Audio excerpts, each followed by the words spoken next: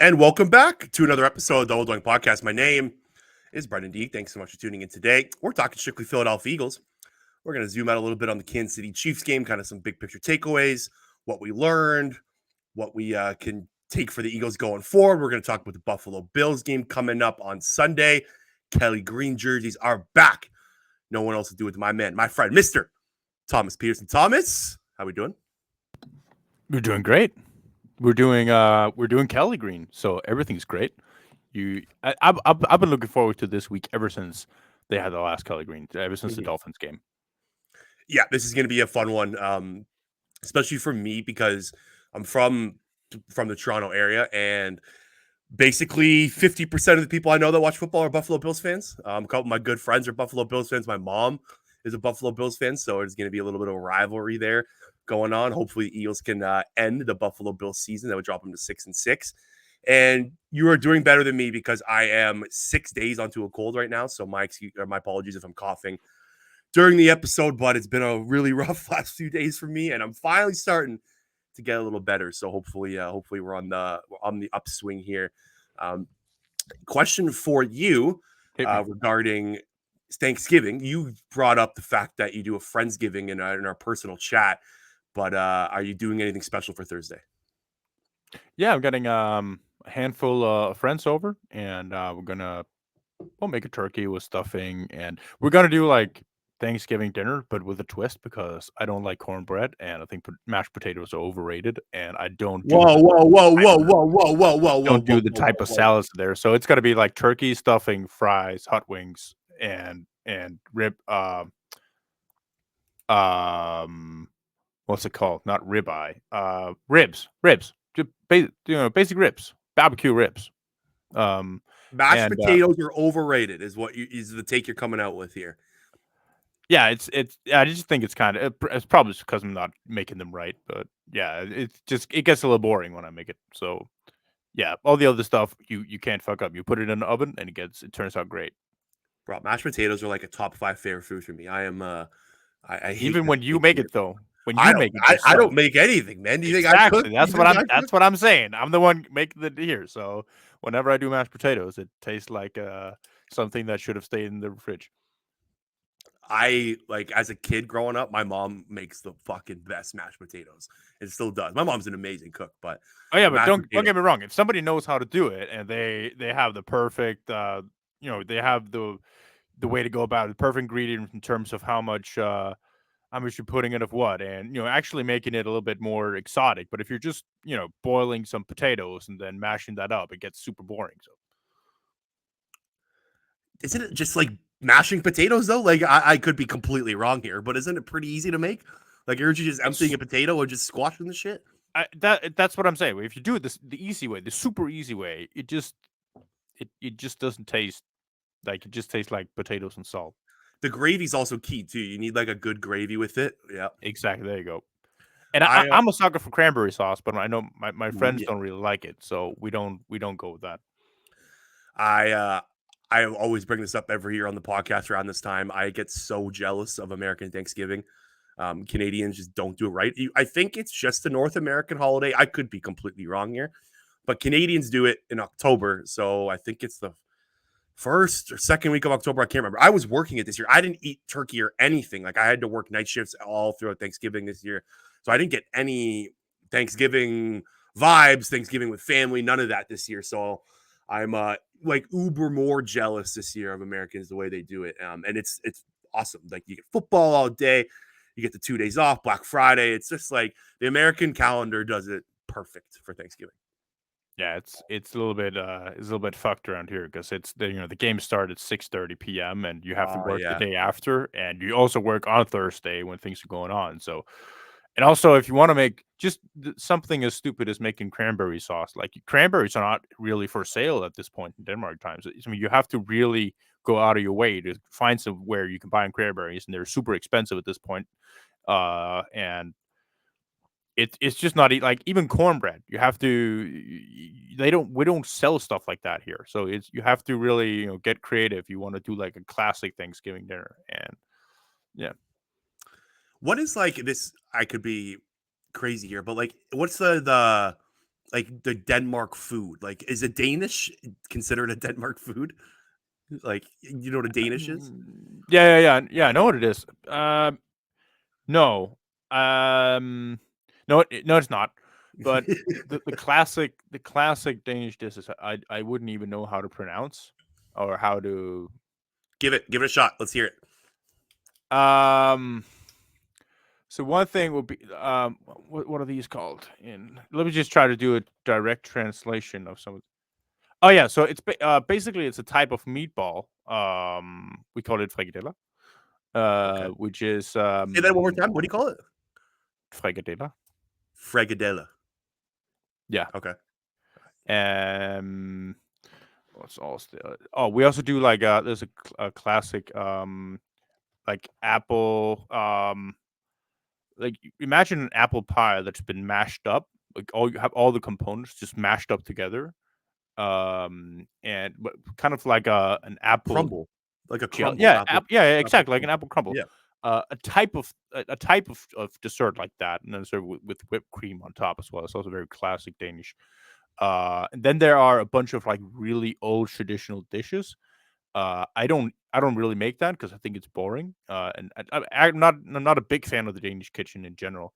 Um, but yeah, it's very often with like classic Danish thing. It's very meaty and it's meat and potatoes a lot of the times. I I guess fuck with that's it. why I'm. I fuck with it.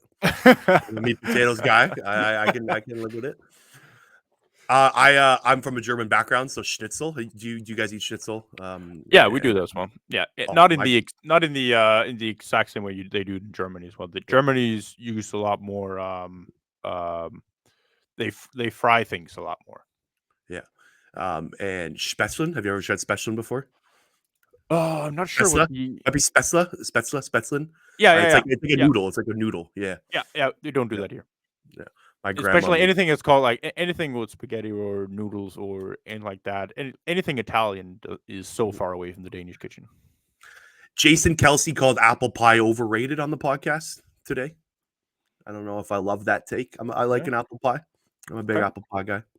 Yeah. Um, I'm a big banana cream pie guy. I love oh that dessert. fuck yeah, yeah. But then again, I also think it's kind of weird. Like all these things that you do make for dessert, and never get it anywhere else, or at any point in time throughout the year. I would Mhm. never make a banana cream pie December till October. Then come November, you do it You're not once. just randomly whipping up a banana cream pie in February just Actually, I because. didn't once. For like the when I think once I worked at a department. I think actually it was oncology because we were so few people that I made a banana cream pie there for them. That was actually pretty well received. Nice. All right. Well, maybe next time. I'm probably gonna go see my brother in Germany. In a few months, my brother plays professional hockey there. Maybe we'll talk about maybe making a trip to Did you Denmark. get Did you get Gamknödel last time you were in Germany? I haven't been to Germany in a long time. Okay. Since I was like grade 7, so this would have been like 15 years ago, maybe longer than that. I went for my brother's hockey tournament. My brother's actually been a professional hockey player there for the last 4 years. I haven't gone and saw him yet, but I'm planning on going in March. Okay. So So hopefully, this is basically like a warm dried dough where inside you have like prune marmalade, like prune gel, and then to have vanilla sauce on top of it. oh It tastes awful. fuck me, buddy. I want that now. I'm getting way too hungry here. We got to get off the food topic. I'm getting way too hungry here. All right. The Philadelphia Eagles defeat the Kansas City Chiefs 21-17. Absolute wild game. Uh, I'll just throw it to you where you want to start. What kind of maybe the biggest takeaway from the football game is. I'll kind of just let you take the lead here. All right. I'll start off with Sean Desai putting together a defense that forced Miami Dolphins into one of the best offenses in the league to have their worst EPA per play offensive performance against the Eagles, and then this game where offense kept giving the ball back to the Chiefs time and time again, 3 and out, 3 and out, 3 and out, turnover, 3 and out, and the defense just kept them in the game all throughout. They went out there and got a turnover when they needed it with Kevin Byard, got a turnover when they needed it with Bradley Roby, disguised a bunch of different coverages, a lot of different blitz packages they threw at Patrick Mahomes. When I was watching the game, what I really noticed was how many times we saw Patrick Mahomes running and all the scrambling, and it was frustrating because he was successful at it more He is often than not. he is the most annoying quarterback to watch play against, man. And, Like, like, I yeah, don't know how to explain it. Like the aesthetic of him scrambling out of the pocket, and like if you're rooting for the other team, pisses me off. It's yeah. he's a very frustrating player to root against. Especially because I think there's like a curve of the more Patrick Mahomes starts scrambling, the more his tongue sticks out his mouth all the time. Like whenever they do like close up of him, you just see his tongue all over his face Mhm. while it's so fun to see because you can Yeah, just tell when he's concentrating and focusing, his tongue is all over the place. yeah, and It, he always seems to have like that one half or half step ahead of everyone. I don't like he's yeah. not like I don't get it. Like he's a It very also very kind good of scrambler. it's also kind of like the like effect of expectancy. You just expect him to find somebody wide Yeah. open because Mhm. he has such an overview over everything that's going on. But I thought when I watched it that it was more a result of him not necessarily seeing the field or finding open guys more than it was Eagles actually forcing him out of the pocket and forcing him to, to scramble. Then when you watch the game, watch the all 22 afterwards, you see all these different type of blitz packages. You see them disguising coverages, going from man coverage look right into zone coverage looks right into man, six guys at the line, showing different types of pressure and then bailing out of it. Um, and they did it. They did it successfully. Came out of the game. You come out of the game. You saw the drops obviously hurt the Chiefs, but it wasn't the aside of it of maybe two or three drops from that offense. Everything was forced upon them by the Eagles defense, and I'll go as much as to say, despite how despite despite the drops that we saw, Patrick Mahomes made some unbelievable passes in this game to keep them even at the point where they got down the field. Because other than that, That throw to Justin throw to- Watson on the sideline. Oh, exactly, fuck me. throw to Justin Beautiful. Watson, but also so many other of the throws where it just looked like there's a throw to Marcus Valdes-Scantling where he's coming on a curl with James Bradbury is in coverage on him, and it looks like that Marcus Valdes-Scantling is simply not that he doesn't make the catch. But the fact is that Bradbury had so tight coverage on them that Marcus was trying to like loop outside, and Patrick had to lean him so much to the outside because of the coverage that it became uncatchable. So it was more a fact of the coverage than it was actually the receiver not make the play. So I was really impressed by Sean Desai's scheme, and more important, so the execution from it from the defense. Yeah, it was very interesting his game plan because I noticed it right out the gate. They were sending guys at him at Patrick Mahomes. That was their game plan throughout the bye week was we're going to send more than six and we're going to play man coverage behind it. We think our defensive backs can't lock up against these Chiefs receivers, and the stats back it up. So I looked this up yesterday. The Chiefs or the Eagles, sorry, have only sent more than six guys 14 times all season. Thomas. They rarely blitz. In this game, they sent it. They sent more than six guys 8 times, six or more, 8 times. That is game plan specific, and they played the highest man coverage rate behind that at 43.4% in the entire game. It's funny because if you were to ask me, I think when we did our Chiefs preview, I did not expect him to blitz. Patrick Mahomes is a very hard quarterback to blitz. Like you said, he scrambles a lot. He's good at finding guys open. So usually, like the game plan to stop Patrick Mahomes is drop eight, rush three, and confuse him and try to get him to make a mistake. We saw it in the champ and AFC Championship game 2 years ago against the Cincinnati Bengals. Lou Anarumo at halftime basically just said, "We're not sending anyone. We're going to drop eight in coverage." And that was like the worst half Patrick Mahomes has ever played. The Bengals obviously go on to the Super Bowl and win that game in overtime. Like Mahomes and Dak Prescott, I think are always like 1-2 against the blitz. Those are two very hard quarterbacks you don't want to send pressure against. So it's interesting that this is the game plan that Desai came up with, and it worked. And I think it was more kind of the trust and the guys behind. Like he had faith in Bradley Roby, he had faith in Kevin Byard, he had faith in Darius Slay, James Bradbury, Reed Blankenship to cover this specific Chiefs receivers. I don't think this would be the game plan to stop Patrick Mahomes in Kansas City in any other year. I think it's because they thought these Chiefs wide receivers can't match up with us, and we're going to just attack man on man here. So I was very kind of thrown off by the game plan and very impressed by it because this is not something I expected coming. Yeah, and you also you hint on as well, like the return of Bradley Roby and your ability to match personnel with the guys you're playing against really goes a long way in that. I mean, the effect of Bradley Roby being back was really palpable. Like Mhm. he was so smooth running around out there. He was really good in coverage. Now, obviously, you have the stats in terms of targets and passes allowed. And bear in mind, he was the guy who was trailing Marcus Valles-Scantling to at the end there, where they could have had a go-ahead touchdown. But That's a even tough like spot. That's a very tough spot for him it's to a be tough in. spot, and it's Yeah, one like you play, have and this it like really good run, right? Like that's a yeah, guy you don't want exactly. to put one on one. So tough spot from Exactly, there. yeah. Yeah. And you look at the game as a whole, he played really well, and especially to the point I was making in terms of disguising things, because Bradley has the athleticism and the speed to show one thing and then do another without really losing a step in your next assignment. So he's the type of guy who can line up in a zone look and then find a guy and play man. Mhm. And he's a really smart zone defender. Like playing flat in the zone scheme as a slot cornerback is not always easy, because you gotta always leverage how much you want to get depth and how much you want to give up in the flat in terms of your own ability and making a tackle on guys. Mhm.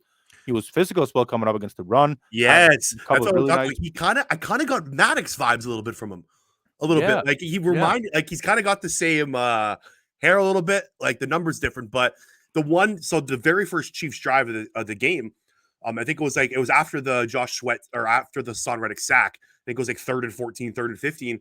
They run a bubble, they run a screen to Jerick McKinnon, and Roby comes flying and makes the tackle on that stop. And I think I can't remember the play exactly, but if Roby doesn't make that tackle, I think there's space behind him. So he kind of reminded me of Avonte Maddox in the run game a little bit too.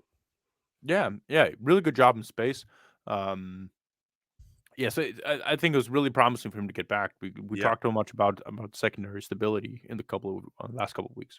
Yeah, and it's a kind of a breath of fresh air to have a veteran in there, right? Like you had Sidney Brown, Eli Ricks. They went through every single young DB they could. Like we had Mario Goodrich at some points. Like they cycled through every one of those young DBs that they had in training camp and that made the roster.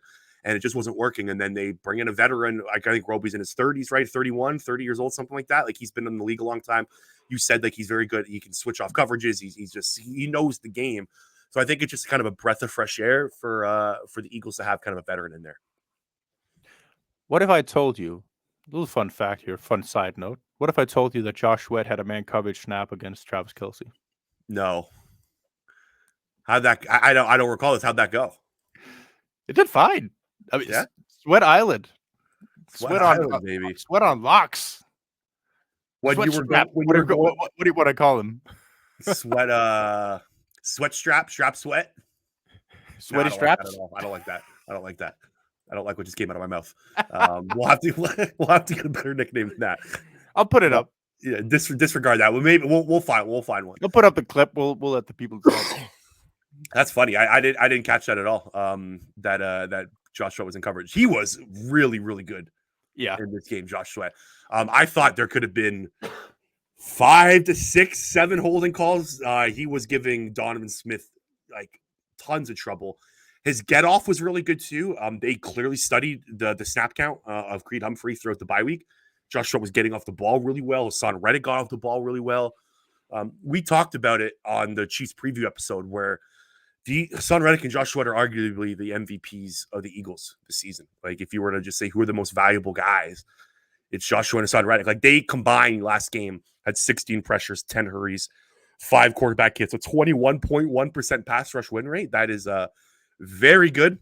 So they did a hell of a job, and they had to because the interior of the line of the Kansas City Chiefs is very good. Like Joe Tooney, Trey Smith, and Creed Humphrey are arguably the best 3 interior guys in the NFL.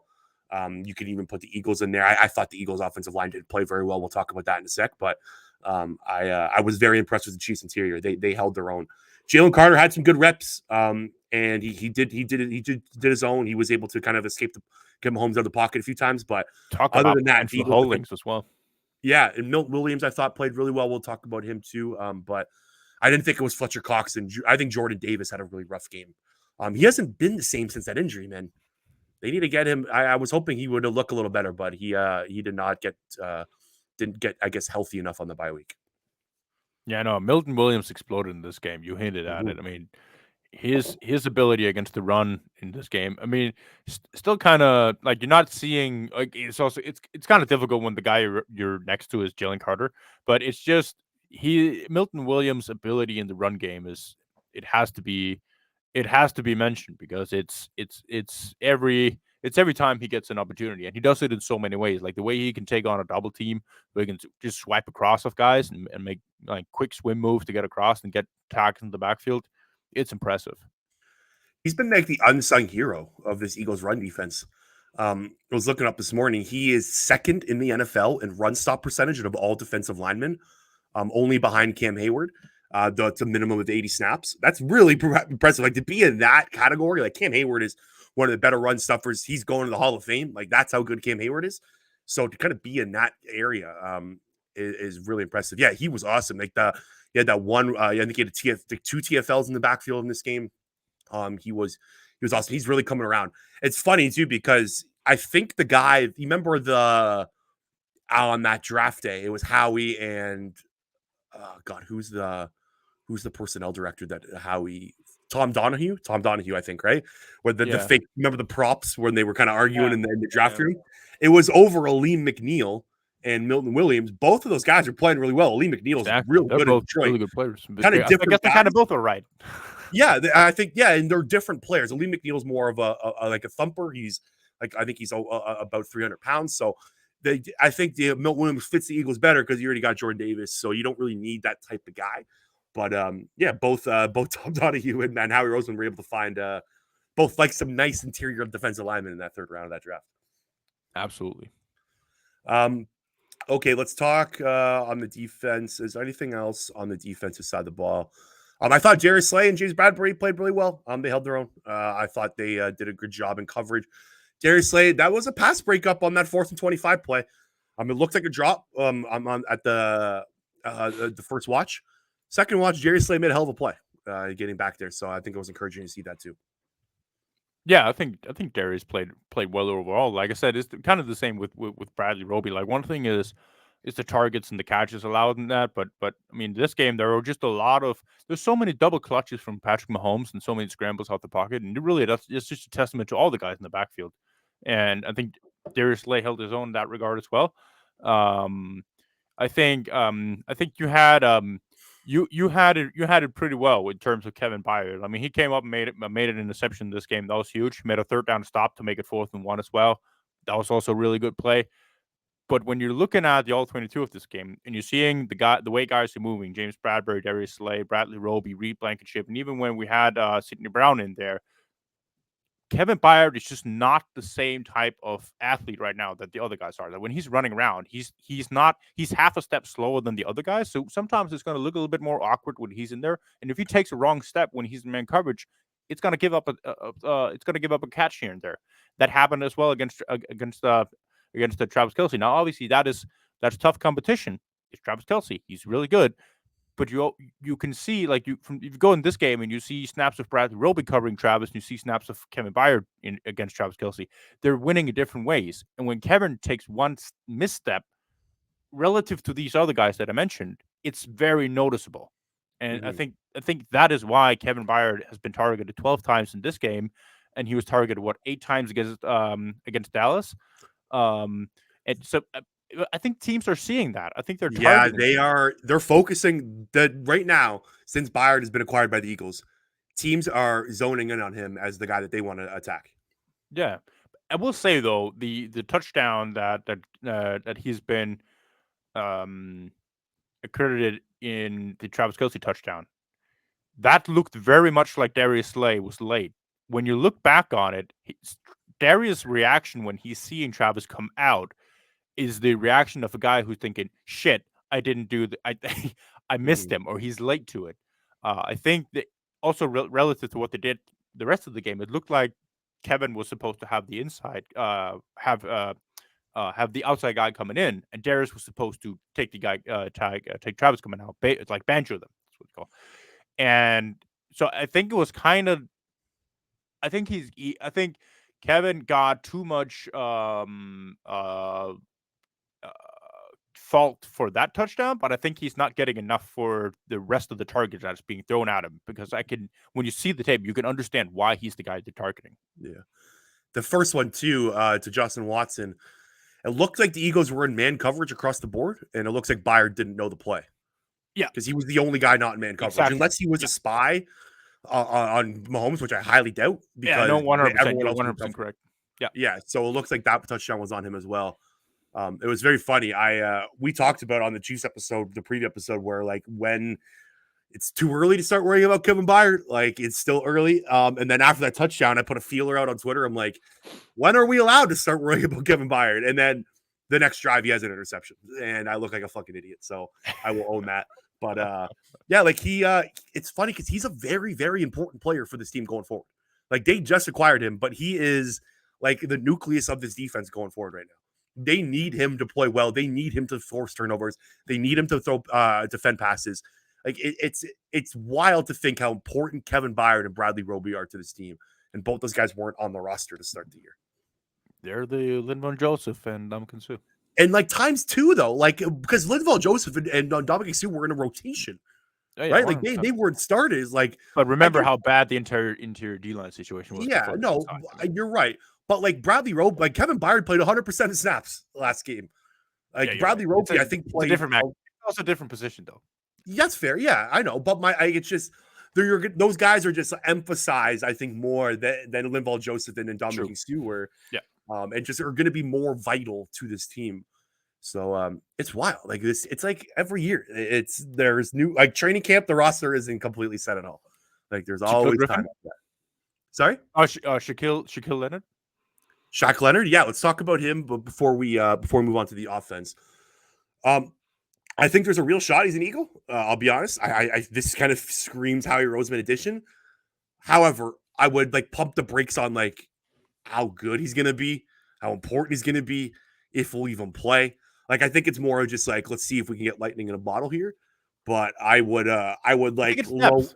It's depth. yeah, It's another veteran that you can add to a room that's already been decimated by injuries, and your best chance of a backup linebacker at this point is Ben Van Sumeren, who's getting elevated from the practice squad. I mean, give credit. Morrow and Cunningham, they're playing good football. Morrow was a key contributor in the pass defense in this game. He did a I really thought good job Cunningham of playing played well freedom. too. I thought Yeah, Cunningham had a good game.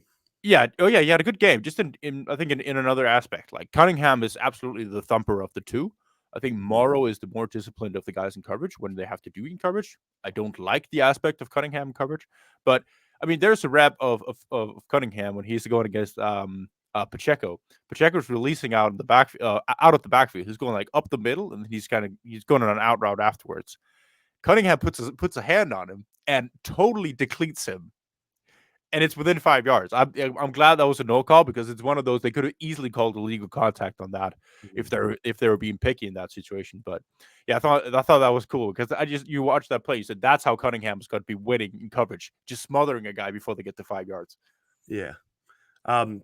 And Cunningham on the Hassan Reddick sack on the beginning of the game, he was right in there too. Like he got pressure up the middle. So I like the way Zach Cunningham's playing. And yeah, just to finish off on Leonard, like it's kind of screams like Eagle signing, because he's not going to get claimed off waivers. I highly doubt that any team's going to take on that contract. We'll find out at like I think 4 p.m. today. He'll be a free agent, and then he can kind of pick and choose where he wants to go. And if you're Shaq Leonard's agent, and you're Shaq, and you're looking around the league and going, where can I possibly find the most playing time, and can I win a Super Bowl? They kind of match perfectly, right? Like the Eagles don't have good linebackers, and they're a contender, so like it just kind of seems like a match made in heaven. But again, I have no idea what he could contribute. You're muted. Sorry, I mean he's 28, so like he's in time. He can get a second contract if he can go in here. He has this line in front of him, and he can play free, run around, make plays. He can show that he's not just a guy who should have been waived halfway through the season, but can actually go in there, contribute, and earn himself another spot as a starter. Yeah, motivated. Like he's definitely got a fire under his ass right now to get cut like this. So definitely worth a peek, and I'm sure Howie Roseman will do that. One last thing on the defense, the run defense in the first half was not good. That was kind of how the Chiefs got most of the yards. It's funny because that's what worked in the Super Bowl for the Chiefs as well. They really ran the ball well in that game, and they spammed it again. And it was attacking the edges too. When I rewatched I couldn't get my hands on the L22 yet. I'm still pissed off the zone. I hasn't got it up yet, so I had to watch the game in the shortened condensed game. And I noticed like they were really hammering Hassan Reddick and Josh Sweat on the edges because they're just basically countering them getting upfield, and it burned them. Yeah, and I think they caught them in a couple of situations where both Sweat and or Hassan were looping inside. Yeah, the one big Pacheco run on the second Chiefs drive of the game when they scored the touchdown, Hassan Reddick is looping inside, and then the tight end just like pushes him back inside even further. He didn't have a chance. Exactly, and on a couple of the other ones, it's clear to see that a safety, often it was Kevin Byard, has to come out and take the force player role, but he's just laid out there, and the slot defender kind of gets the slot wide receiver just kind of gets in the way, and he doesn't make it to the edge, and they get like 10 yards off of that. But yeah, I think it was timely calls often from the Chiefs that where Eagles already had a stunt in place where either of the edges were going inside. And then a few of the plays was also just Joe Tooney, Creed Humphrey, and Trey Smith being three good blockers and displacing Fletcher Cox a couple of times. Not Fletcher Cox's best game, that's for sure. Yeah, did he like dip his hands in water before every single drive too? Like he was slipping. He couldn't have a couple close ones though. He got a couple of plays in there where he swipes away the offensive lineman to begin with, and then he's just half a step slow to get to the running back, who could have been a tackle for loss, and it turns out being a 10-yard gain instead. Yeah, like he had trouble, like a tough time wrapping up too. And I will say that penalty on him was bullshit on that personal foul. Like I tweeted out, like, what the hell? What the fuck does the NFL expect him to do here? Like he's a 300-pound man.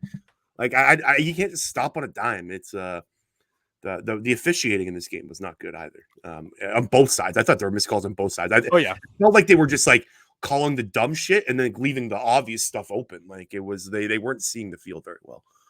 Anything else in the defense?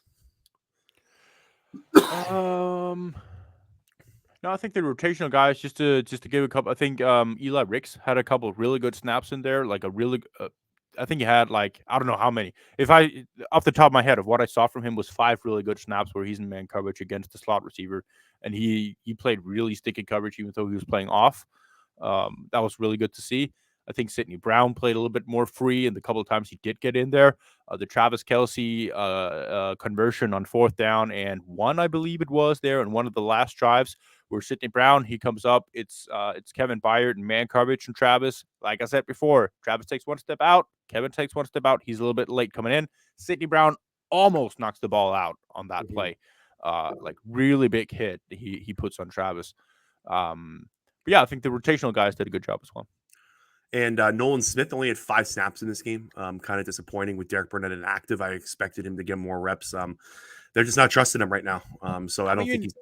You said it yourself. Sweat and Hassan are the MVPs of the team, and even though they're in there for so many of the majority of the snaps, even in the fourth quarter, they're still getting pressure. Like they're not showing signs of fatigue. I think that's just noticeable with Josh Sweat, because I mean the knock on him was that his knee wasn't strong enough to continue being on the field for a long period of time. And here he is taking the most snaps on the team on D-line. Yeah, his snaps have drastically increased. This is the most snaps he's played by far in a season. Big picture on the defense, I think this is very encouraging going forward. Just seeing how Sean Desai shut down Tua Tagovailoa and the Miami Dolphins offense and Patrick Mahomes and the Chiefs offense. Like, if you're an Eagles fan, you got to be feeling really good about what you got in Sean Desai. And like the big stat, I know it's like a very generic stat here, but look at the Chiefs' last 4 drives in the Super Bowl: touchdown, touchdown, touchdown, game-winning field goal. The Eagles' defense literally couldn't even been on the field, and the result would have been the exact same in the Super Bowl. In this one, you get down, or you get 3 or punt, interception, or fumble, punt on down. So 6 drives, 0 points. 0 points now in both games in the second half against the Dolphins and the Chiefs. Like Jonathan Gannon could never do this. Like just the emergence of Sean Desai and leveling up and playing up to the competition that you have is so important. And they have got so many good quarterbacks that are about to play, and so many good teams and offenses are about to play. So you got to be feeling really good if you're an Eagles fan of what you're seeing from Sean Desai. Yeah, and I thought it was kind of noticeable. Denise Salmon on Twitter put out an EPA page where it has Eagles offense and the Eagles opponent's offense and the EPA per play that they have. And in every single of the games where the Eagles have negative EPA on offense, the defense are holding the opponent's offense to negative EPA as well. So the Eagles defense are playing their best when the Eagles offense is playing their worst. Hell So yeah, it's baby. it's super complementary football. Yep. And I think that was really awesome to see because you're not just blowing teams out the way like when you're struggling, defense can't make a stop or make the stop that they need. This is I mean, football is it's random. Sometimes the offense sucks, and then you got to have your defense take over. Sometimes your defense is struggling against Washington. Eagles offense come right back, and they take the lead there. Yeah, it kind of matches too if you think about it. Like, this it's cool the stats back it up, but if you just remember throughout the year, like they've been in so many close games, right? Like it's so different than last year. Like I can't remember an Eagles season where there's been so many tight games like this. Maybe I'm just like 2020 was a disaster. 2021, I guess, was a little similar. But like last year, they were blowing teams out. So like this year, you kind of need both sides of being cohesion. So it's nice to see. Okay, let's move on to the offense. So probably this was the second worst EPA per drive and EPA per play performance by the Eagles offense this season, only behind week 1 against the New England Patriots. I thought, Thomas, this was Jalen Hurts' worst game of the year, to be honest. I saw a lot of bad habits that I was kind of disappointed to see from like 2021. Eyes dropping from the start of the game, like the first drive of the game. If you go back at that first sack, um, it was like 2 seconds, eyes to the ground, eyes to the rushers. I thought Kenny Gainwell did a good job on the blitz pick up there too. Lane Johnson held Chris Jones well, and his eyes are just dropping, and he's afraid of the pressure. And that was basically the entire game, except for the second drive, which we're going to get into. But not Jalen Hurts' best performance. He came up big when it mattered, and that's all. I guess in the big picture, like that's the takeaway, because he played really well. Again, played really well in the second half. He played well enough in the second half to Yeah, win. well enough, I Um, think is the word for it. Yeah. exactly, yeah. But like, just overall, wasn't a good Jalen Hurts day No, I think I agree with you. I will add that this was the worst I've seen the Eagles offensive line play for sure, in for sure. years. Okay, And before you go, what was Lane Johnson doing on the one Chris Jones sack? I Because can't answer that. it wasn't a screen pass, Nope. right? Like this, it wasn't a screen pass. I watched it play like 10 times today. I was trying to figure out what the hell he's doing. The only explanation, there's two explanations I can have. One, he's trying that play when you remember when he threw Von Miller Yeah. when he like smacks him. He's He trying just to do didn't apply that. any power to his punch. Yeah, so he's trying to do that, or he's trying to pass it off to Kenny Gainwell. Gainwell looked confused before the snap, like he's asking Jalen Hurts, "What am I doing? What am I doing?" So maybe he's thinking, "I'm passes off to Gainwell," but like passing Chris Jones off to Yeah. Kenneth Gainwell is not like the best plan there. So I'm very confused of what happened there. But yeah, Also, the it offensive line was just not good also I mean, one explanation could be that Lane Johnson thought it was a screen because he blocked it exactly like he thought it was a screen play Yeah, as well. Um, but also the Trent McDuffie blitzes, like Lane just didn't. He doesn't see it. He doesn't slide out. He doesn't even like. He doesn't put a hand on it. It was a bad day for him. It was a rough day for Landon Dickerson as well. yeah. Cam Oh, Jurgens had some trouble too. James Ferguson, they collapsed up the middle. I This is think the first time, Thomas, I can remember a long time where the Eagles O line got bullied. Like they got bullied, yeah, and Chandler Jones showed that he's the best defensive lineman in the NFL right now. Chris Jones. Chris Jones, exactly. Chandler is The other losing guy his is probably yeah. not Yeah, great who right knows now. where Chandler Jones is up to right now? But yeah, and that's part of it too. Like the Chiefs D line just played really well. They're a dog defense. Like they're Yeah, good. Like they're feisty. They're nasty. And I thought Spagnuolo did a really nice job of mixing up his blitzes and sending exactly. guys in Yeah, different areas. Like they spammed the defensive back blitz basically the entire game. Like McDuffie, yeah, they had guys coming out the edges, but they were doing it in creative ways. Like they were sometimes pulling them inside. The Eagles, like the I guess the Jeff Stoutland game plan and how we're picking up blitzes and whatnot just was not working. And we need right. to get back to the drawing board for something like that going forward. And they're the perfect example of when you have a D line with one superstar in Chris Jones, and then you have a bunch of other guys who are good enough, and you can scheme them open. You can scheme pressure that way. It's exactly what Steve Spagnuolo did. Mhm. Drew Tranquil, Willie Gay, like they're not great pass rushers, but they're fast, they're physical. Yeah. So, I mean, they'll apply pressure to get the quarterback moving. DeAndre Swift, I thought was the DeAndre Swift and Devonta Smith. DeAndre Swift and Devonta Smith, sorry, were the kind of the saviors of this game. They played Yeah, really well. Devonta Smith, I don't think is getting enough credit in the media for how well he played. Because he got 99 yards the second time this year, he doesn't get 100. But I think Swift as well. I mean, Swift yeah, forced 9 missed tackles in this game. he read the field well. Like he had that second drive, that one run to the edge. They had AJ Brown kind of coming out of the backfield, and then DeAndre Swift like cuts up the field and makes two guys misses on a 7-yard run. It was really impressive. He's been awesome this year, and like he matches the eye test. Like he's been like the best pickup the Eagles maybe have had all offseason. They got him for like a 5th-round pick in 2025. The eye test to Miles Sanders from last year to DeAndre Swift this year is night and day, because Miles Sanders was running through some open holes, and the Eagles' run blocking was a lot better in 2022 than this year. DeAndre Swift has had to do a lot more than Miles Sanders has had to do.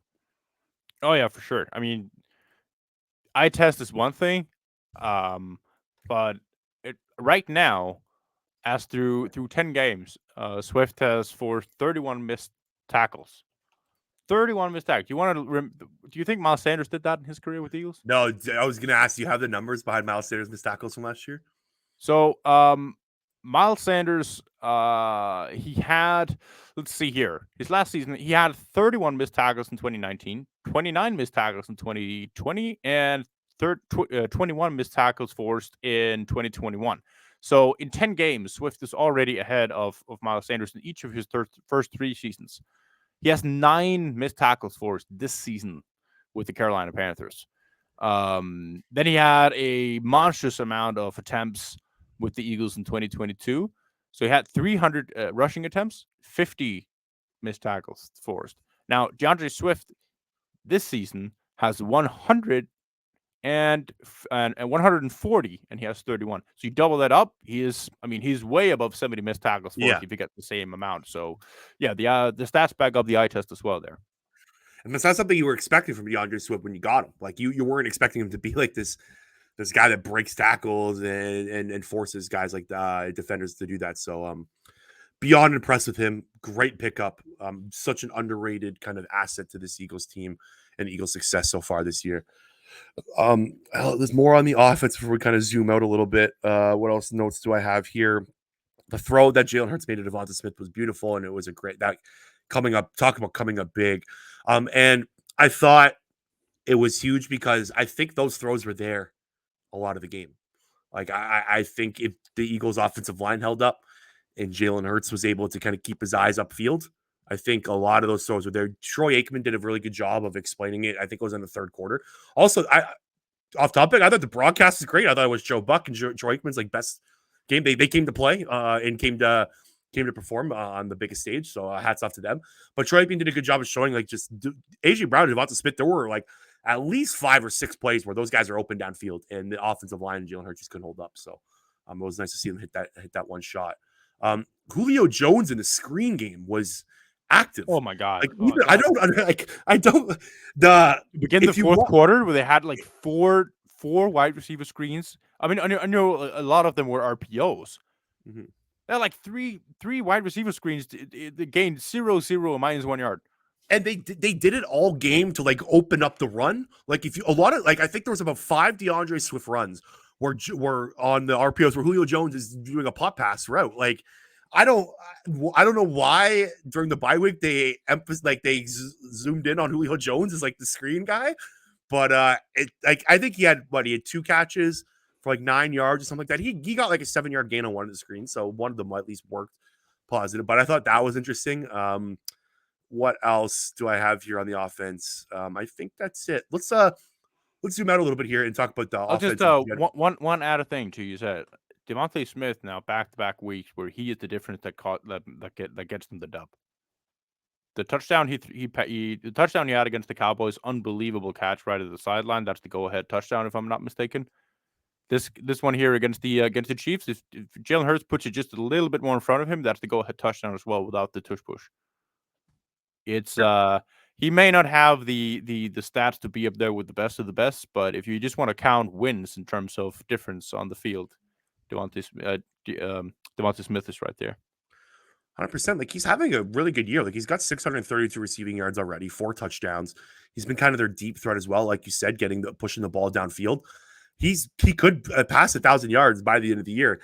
It's insane how underrated he gets because AJ Brown has been so damn good this season overall. Like Devonta Smith is just right there. Like he's still a top 10 receiver in the NFL, even if like he doesn't have the Tyreek Hill and AJ Brown stats.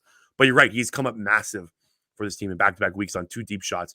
And Jalen Hurts and Devonta Smith are really good on the deep balls. Like they connect well. Like when they go deep to those two guys. When those two guys, try to connect deep. So it's encouraging to see. Okay, I want to talk about the play calling a little bit here. How worried are you going forward about Brian Johnson's play calling? 9 out of 10. You think it's a big problem? I think it's a massive problem. Okay. I think it's one of the biggest problems of this game. I understand with the offensive line struggles that they wanted to get the ball out quickly and distribute it a little bit more, but I mean, we're 2 weeks away from Jalen Hurts being absolutely hammered in the knee and hobbling off the field and talking about reactivating his knee injury, and you're out here running quarterback draws again. They scored on it. That's great. I just still don't understand why it has to be a handful of your plays in the game. I gotta push back on this. I don't think the play calling is. I think the play calling is getting over exaggerated. I think in certain spots, Brian Johnson hasn't been good. Like I thought the fourth down drive where he gets conservative too easy, too much. Like that fourth down drive, or that fourth quarter drive at the end, I really would like to see them kind of put the game out of reach, and get that first down. They end up punting. Like let's all be real here. When they punted, we all thought Mahomes was going to come down and score, right? Like every Eagles fan thought that. So that was disappointing. I just think like in this game specifically, the Eagles players didn't play well. Like I think he had to kind of counter the play calling here. I get why they went to the wide receiver screen passes. I get why they went to the quarterback draws because like that was their easy button. They couldn't do anything else. Jalen Hurts didn't have a third down pass attempt, Thomas, until the fourth quarter of this game. Like They also didn't have a first down up until over halfway in the third quarter after the second drive. Like they couldn't get anything going on this drop back pass game. So like I can't blame Brian Johnson for that because he tried it. And like I said, if you look back, like there were open guys downfield. The passing concepts looked fine.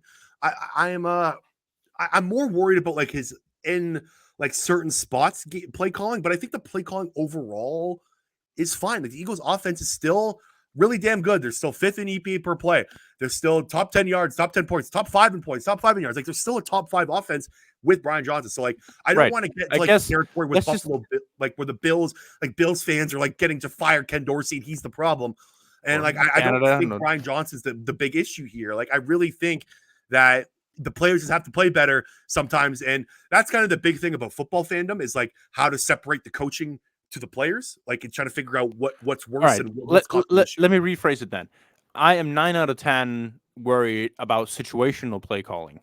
You're at 3rd and 7. You're at 3rd and 7. You're down 17-7, and you run a quarterback draw. Yeah, that was trash. That was trash. You're down 3 points. You're at your own 20-yard line to begin the fourth quarter. You run 3 RPOs at the same time. That one goes for incompletion, one goes for 1 yard, and one goes for 2 yards, and you punt. You go 3rd and 1. You have the tush push play, and you decide for some reason to go shotgun handoff, a delayed handoff. I don't know if it was a zone read or what it was, but it was so delayed, and they lose 2 yards on it. Like just go with the thing that you know that works for you. And so I think you brought it up as well. The fourth down late in the game where they can choke it out and they can finish the game with the ball in their hands. They get conservative. So it's not the majority of the game. It's situational, and it shows up in the worst possible times where you go, what was that play call? What are we doing in this situation right here? Yeah. You're right. The situational play calling wasn't good. I want to go back to the second drive of the game. I watched the second drive twice now. That was the best drive, arguably, the Eagles have had all season. The second drive of the game when they scored on the DeAndre Swift run. I counted 3 times AJ Brown motioned in the backfield. Devonta Smith was in the backfield. Olamide Zaccheaus was in the backfield. They confused the hell out of the Chiefs defense on that drive. And the offensive line was blocking. The rhythm was there. DeAndre Swift was moving well. Like that DeAndre Swift 7-yard run when AJ Brown was motioning in the backfield, all the eyes were on him. DeAndre Swift kind of cuts across the other side, and he's got an open lane. And he makes a couple guys miss. Like that is what Brian Johnson wanted to do all game, but the Eagles' offensive line and Jalen Hurts weren't allowing him to do it. So, like, I think there's just too much push and pull right now with where the blame is going from Eagles fans and what we're watching and what the issue was in this game. I think it was more in this game. The Eagles' offensive line and Jalen Hurts just didn't play very well. You're muted. I think you're right about that. I think especially the O-line was the issue in this game. I think that directly affected Hurts as well. Okay, I don't think I have anything else left in the offense. A couple more big picture topics I want to talk about. Let's talk about the MVP race, Thomas. I'm curious your opinion on this. Is Jalen Hurts the MVP so far through week 11? I'm feeling a little bit back and forth about it. I think ultimately what goes for an MVP is how big of a difference are you for your team, and are they winning because of that? And you can absolutely check those boxes for Jalen Hurts. I mean, they're the best team in the league right now, and they have their quarterback is the biggest reason why. And I believe is he first or second in total touchdowns with rushing and second only behind Josh Allen with 24. Right. Okay. Yeah. What Hurts has 23. Hurts has 24. Josh Allen has 26. I think. Okay. Yeah. So he's right there with that. I think just in terms of. I'm going a little bit back and forth between Lamar Jackson and Jalen Hurts right now. Yeah. I think Lamar is he's unbelievable. I mean, the things that he does every week, and I think Lamar especially is playing mostly mistake-free football, and he's just so fun to watch, man. And his rushing ability is it. They're two different types of runners, Lamar and Hurts. Where Hurts is a lot more bulky, he's stronger, he'll plow much more forward. Lamar he'll juke guys out of his cleats.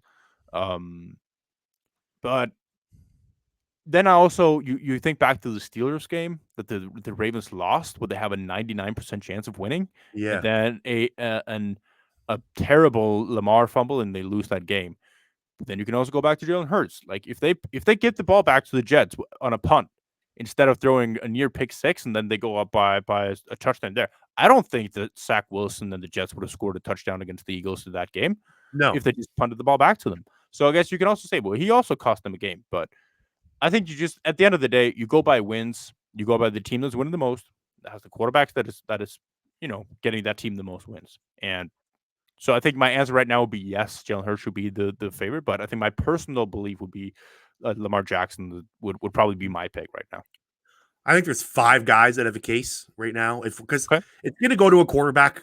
Unfortunately, it just does every single year. Yeah. I think if there was a year where it shouldn't, it could be this year. Like I think Myles Garrett is a serious case right now. I think he's got like 12.5 sacks. Cleveland is 7-3.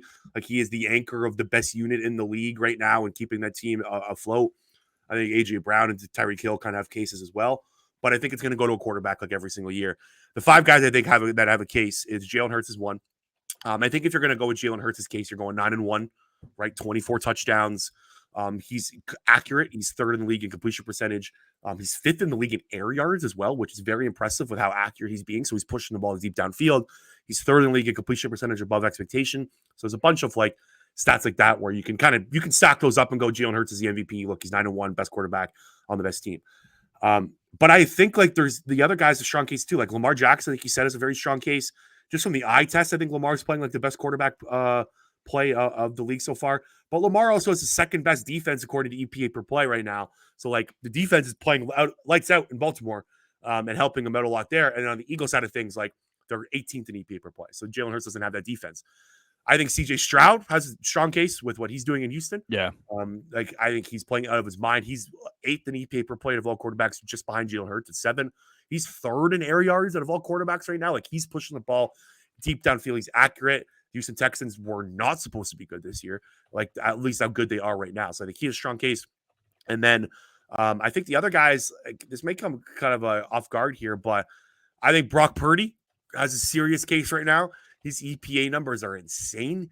0.361 EPA per play right now. That is like almost double than Dak Prescott, who's at 2nd.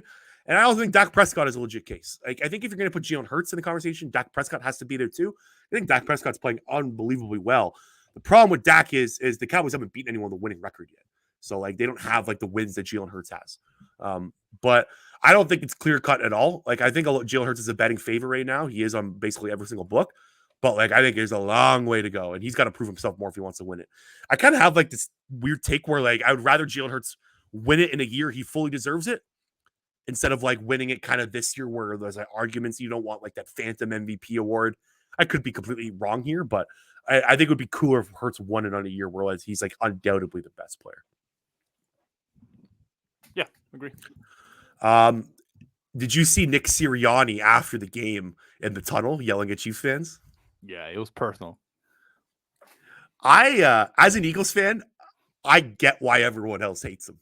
Like, if I was not an Eagles fan, I would hate Nick Sirianni. Nick Sirianni is the guy you want to have on your team, and if he's not on your team, like everybody will hate him.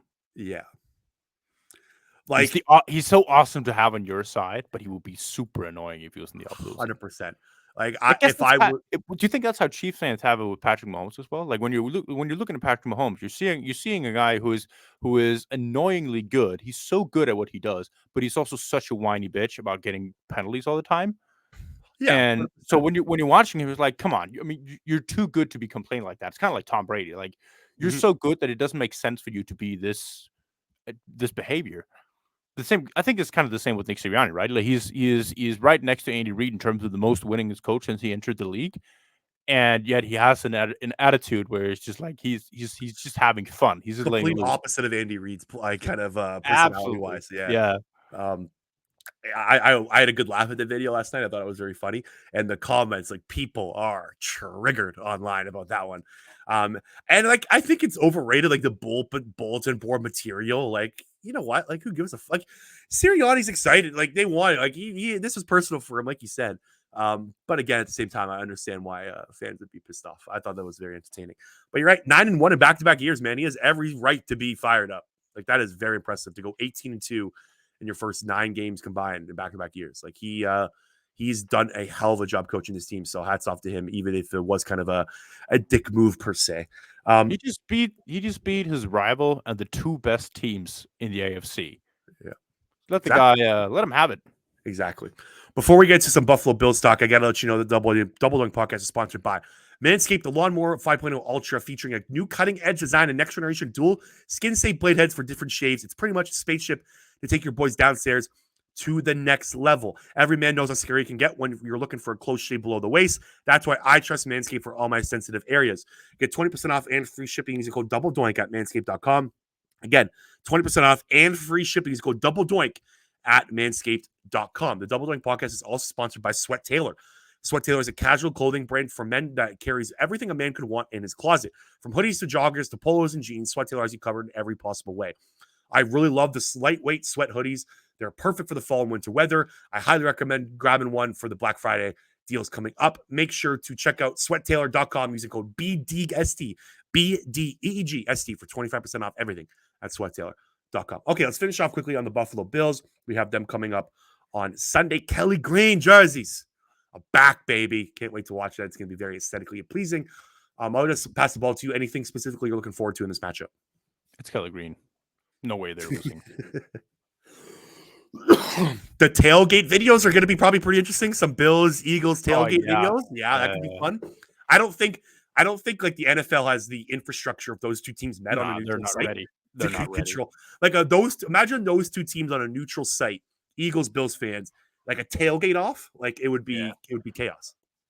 I think it's, at least for me, I have so much respect for the Bills fan base and how loyal they are to and how insane they are, despite the success of their team, I guess you could say, or lack thereof. Yeah. I think it's I always like the Bills. I think it's going to be an awesome game. They're one of those teams that I have no grudge against them. So I think it's just going to be a fun game. I think it's really 2 really good teams. It's going to be Kelly Green in Philadelphia. I think I'm looking forward to it. Yeah. Let's kind of dive into this matchup a little bit. So kind of a weird week, right, with the holidays. Eagles are going to be off tomorrow. And like I think the injury reports drop. Like I think there's a 2-day skip ahead on injury reports. I could be wrong here. I don't know exactly how it works, but kind of a weird week. Like you're not gonna hear a lot from the building for the next couple of days. It's gonna be quiet. It will probably ramp up on Saturday before the game, where you'll start hearing some more news about what's going on at the NovaCare complex and what's going on in Philadelphia. But a couple matchups I'm looking forward to. Do you think they should get Darius Slay to tail Stephon Diggs? Yes. I agree. I think that's the guy you got to stop. You pay Darius Slay to You saw be with CeeDee Lamb what happened when you have a shifty, very terrific route runner. So exactly. Yeah, Darius Slay's making top 12 cornerback money. Like this is the time. Use him to tail him. Gabe Davis does not scare me at all. Khalil Shakir's coming alive a little bit in the slot. I think they're going to try to spam him a lot on Bradley Roby and try to get him open. I expect a lot of. I like that matchup for Roby though. Yeah, Shakir's a little bit of a smaller guy. I think Roby can kind of get his hands on him, but I expect a lot more Khalil Shakir. Just get Cunningham. Push. Yeah, exactly. Get some linebacker pushes on him. But their weapons don't scare you a ton. Dawson Knox is still injured. He's out, but Dalton Kincaid, the tight end. I'm assuming Byron's going to probably have a lot of snaps against Dalton Kincaid in this game, so that's an interesting matchup to watch here. Spying Josh Allen's also an interesting tactic. I'm wondering if they're going to be doing that on third downs. They did that against Patrick Mahomes. They had on Reddick doing that on Patrick a lot of times. So yeah. And they're very similar play styles, right? So I'm curious to see what the game plan is on defense. Like, do they kind of go back to the man coverage heavy, blitz heavy schemes? Josh Allen isn't good under pressure and not very good against the blitz, kind of outside of what Dak Prescott and Patrick Mahomes are against the blitz. Like it's if you were gonna have a game plan to blitz a guy, it would be this one instead of like the Patrick Mahomes one. So it's kind of I'm curious to see what Sean Desai has to cook up there. They are very pass heavy, the fourth most pass heavy NFL offense so far right now, especially on early downs. Third highest pass heavy team on early downs. So they're not going to run against this Eagles team at all.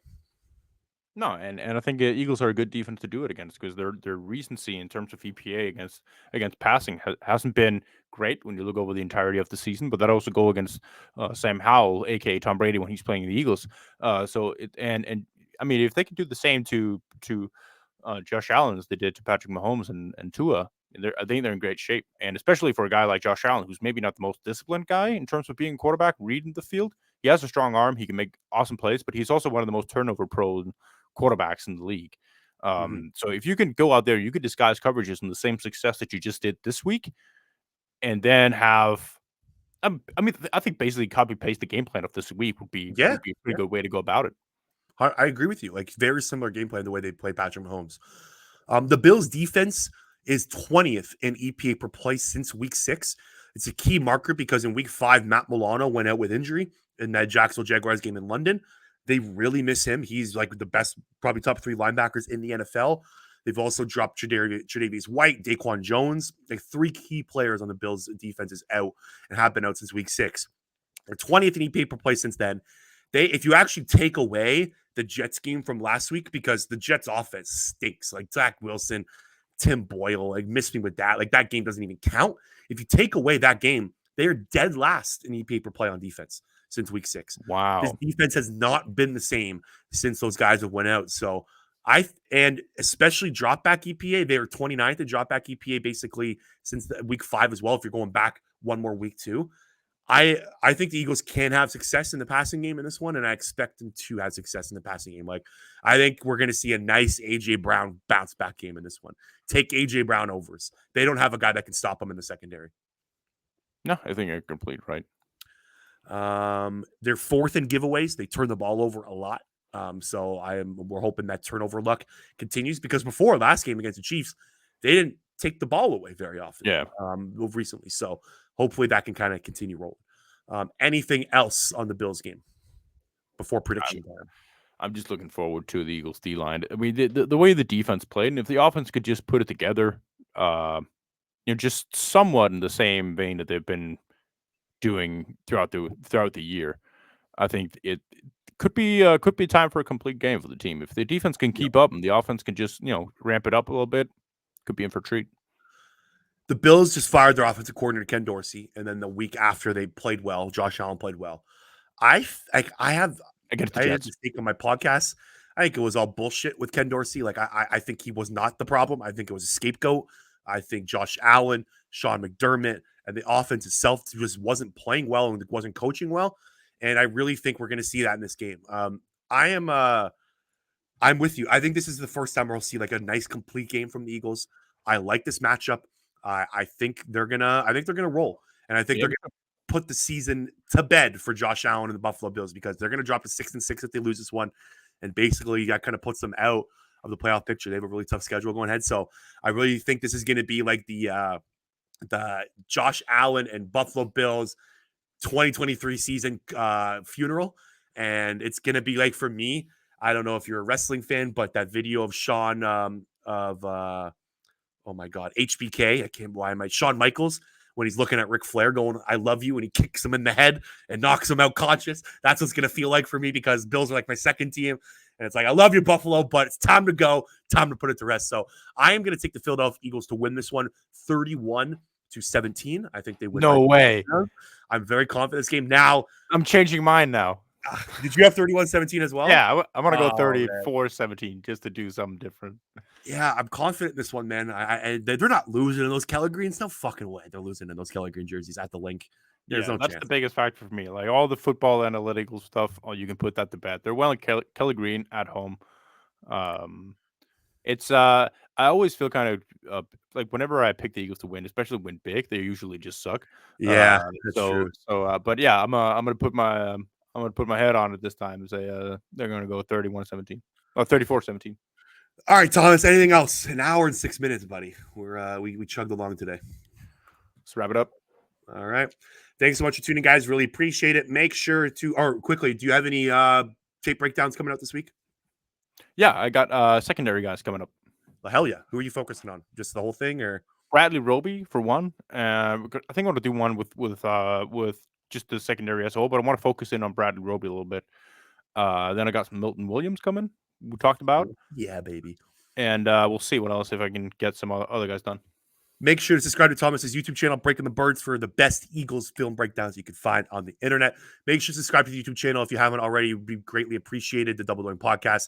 You can find the podcast anywhere you listen to, Apple, Spotify, YouTube, you name it. We are there.